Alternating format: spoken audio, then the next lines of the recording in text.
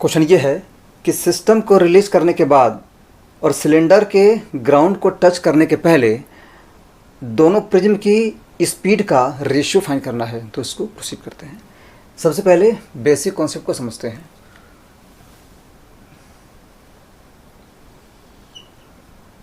ये एक XY plane है, ठीक है, और एक पार्टिकल इस XY प्लेन में मूव कर रहा है।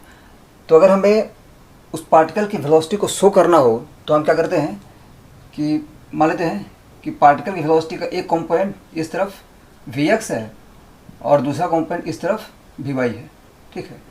तो हम इस तरह से पार्टिकल की वेलोसिटी को शो करते हैं। मतलब दोनों कंपोनेंट के बीच जो एंगल है उसको हम 90 डिग्री रखते हैं, लेकिन ये ज़रूरी बिल्कुल नहीं है। मतलब है कि पार्टिकल की वेलोसिटी को हम ऐसे भी शो कर सकते हैं कि पार्टिकल है, उसकी वेलोसिटी का एक कंपोनेंट इस तरफ v1 है, this is along x axis, और जो दूसरा कंपोनेंट है वो x एक्सिस से थीटा एंगल पर है और वो v2 है, ठीक है। तो हम दोनों ही मेथड से पार्टिकल की वेलोसिटी को शो कर सकते हैं, ठीक है। यहाँ पर जो रिजल्टेंट है वो हो जाएगा root under vx square plus vy square, और यहाँ पर जो रिजल्टेंट है वो जाएगा root under v1 square plus v2 square plus 2v1 v2 cos theta. तो दोनों ही मेथड करेक्ट है, ठीक है। यहाँ पर ये मस्ट नहीं है कि थीटा की वैल्यू 90 होनी चाहिए, ठीक है। तो हम इस कॉन्सेप्ट से यहाँ पर जो सिलेंडर है उसकी वेलोसिटी किसी भी दो डायरेक्शन में एज्यूम कर सकते हैं, ठीक है।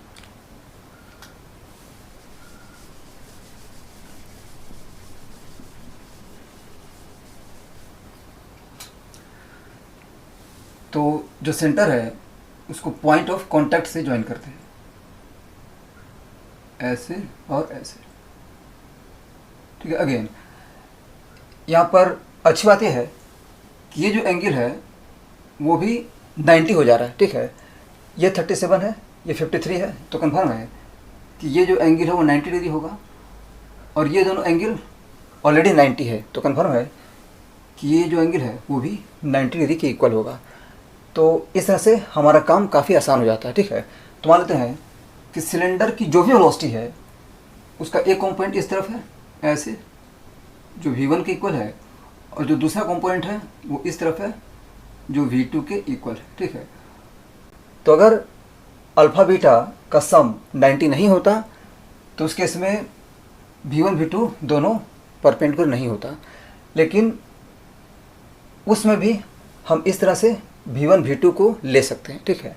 तो यहाँ पर ये जो एंगल है वो 90 हो जा रहा है और हमारा काम काफ़ी आसान हो जा रहा है, ठीक है। अगेन मान लेते हैं कि जो प्रिज्म A है उसकी वेलोसिटी इस तरफ v3 है और जो प्रिज्म B है उसकी वेलोसिटी इस तरफ v4 है, ठीक है। तो सबसे पहले हॉरिजॉन्टल डायरेक्शन में कंजर्वेशन ऑफ मोमेंटम अप्लाई करते हैं, ठीक है। सिस्टम का इनिशियल मोमेंटम Pi 0 है, तो कंफर्म है कि किसी भी इंस्टेंट पर सिस्टम का हॉरिजॉन्टल मोमेंटम 0 रहेगा, ठीक है, क्योंकि सिस्टम पर हॉरिजॉन्टल डायरेक्शन में कोई एक्सटर्नल फोर्स अप्लाई नहीं हुआ है, ठीक है। तो इसको अप्लाई करते हैं। तो क्या करते हैं कि ये जो डायरेक्शन है उसको हम मान लेते हैं पॉजिटिव डायरेक्शन, ठीक है।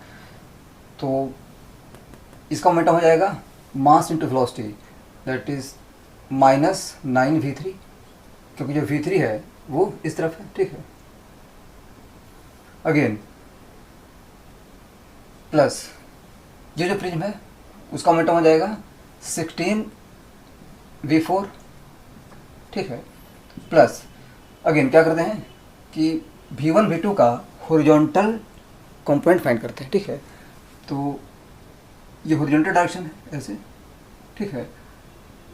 ये भी हॉरिजॉन्टल है और ये भी हॉरिजॉन्टल है, ठीक है। ये 53 डिग्री है, तो ये भी हो जाएगा 53 डिग्री, ये हो जाएगा 37, मतलब ये जो एंगल है ये हो जाएगा 37 डिग्री। ओबियसली ये जो एंगल है वो हो जाएगा 53 डिग्री, ठीक है। So we have mass that is 25 and the velocity along positive X axis, ये हो जाएगा V2 cos 53, V2 cos 53 minus V1 cos 37, ठीक है, and this must be equal to 0, ठीक है।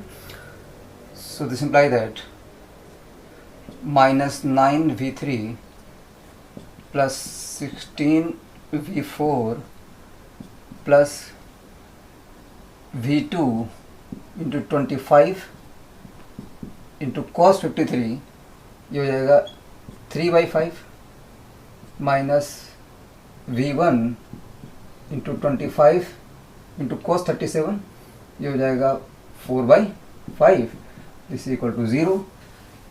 सो finally we have -9V3 plus 16V4, ये हो जाएगा 15V2 माइनस, ये हो जाएगा 20V1 इक्वल टू 0, ठीक है। नेक्स्ट ये अप्लाई करते हैं कि जो सिलेंडर है वो हमेशा दोनों प्रिज्म के कांटेक्ट में है। तो हम देख सकते हैं कि सिलेंडर और प्रिज्म दोनों, ये जो सरफेस है उसके अलोंग इस पॉइंट पर कांटेक्ट में है।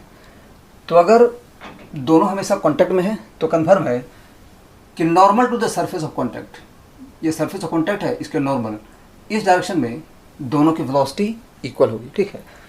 तो इस डायरेक्शन में सिलेंडर की वेलोसिटी V1 है, ठीक है। So V1 must be equal to, तो हम क्या करते हैं कि V3 जो इस तरफ है इसका कंपोनेंट इस तरफ फाइंड करते हैं ऐसे, ठीक है।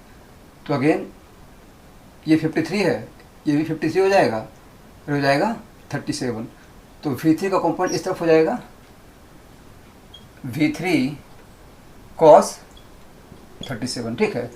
ये 53 है, ये भी हो जाएगा 53, ये हो जाएगा 37, ठीक है।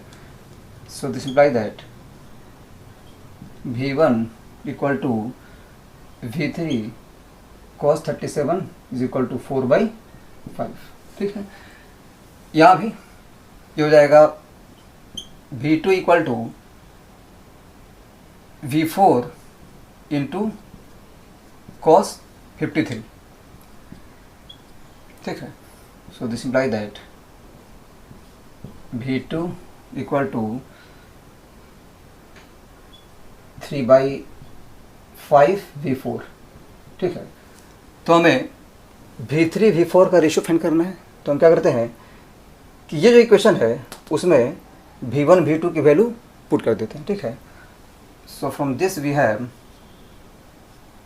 -9V3 plus 16V4 plus 15V2, this is 3/5 V4, ठीक है, minus 20V1 that is 4/5 V3 equal to 0, ठीक है।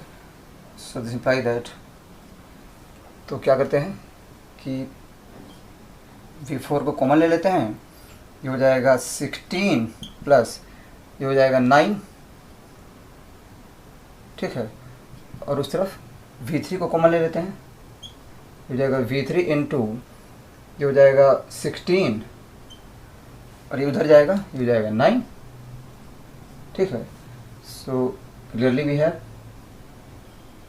V3/V4 इक्वल टू 1, ये आंसर हो गया, ठीक है।